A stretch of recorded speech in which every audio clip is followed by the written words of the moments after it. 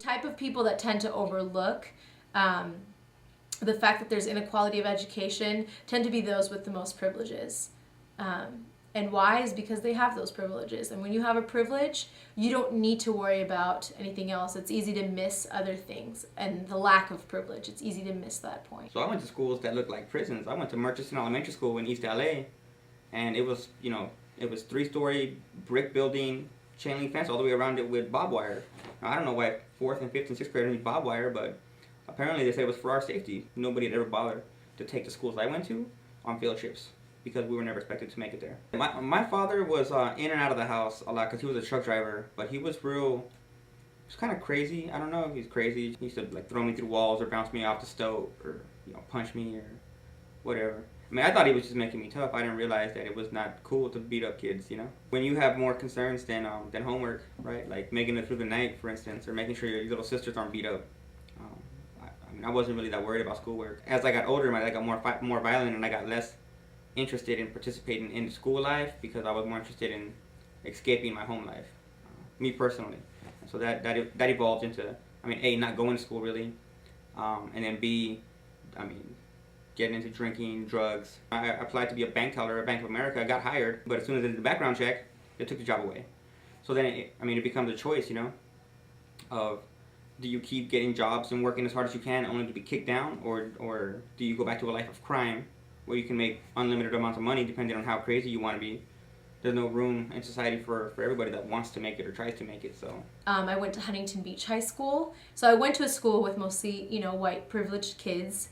And I got actually a really, really good education there because of the fact that there were so many resources, AP classes, a lot of, college-bound kind of teaching. So my partner, he came from Richmond area. The difference between my partner and I is that the school he went to was in a very low-income neighborhood, while the school I went to was in a very high income and also very privileged area.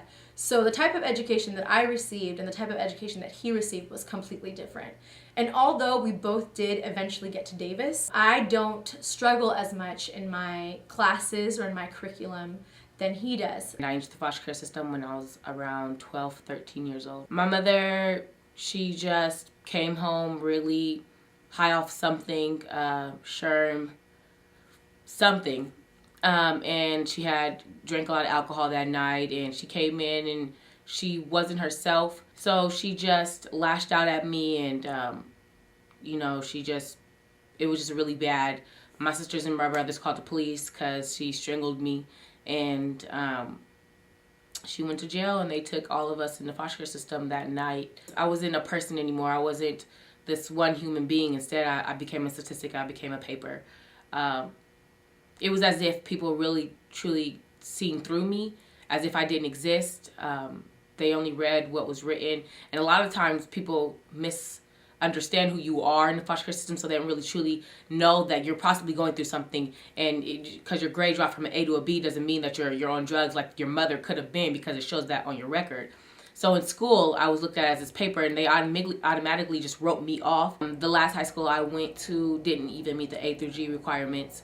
So I had to go off campus to even go apply to college. And then other times you just I don't have the books, I don't have the materials. A lot of people don't want to acknowledge that we have certain inequalities because they're not ready for change, and they're not really ready to admit that sometimes they are the reason why we have inequality. But if we educate ourselves and we really do go beyond to learn about other people, then inequalities can be changed.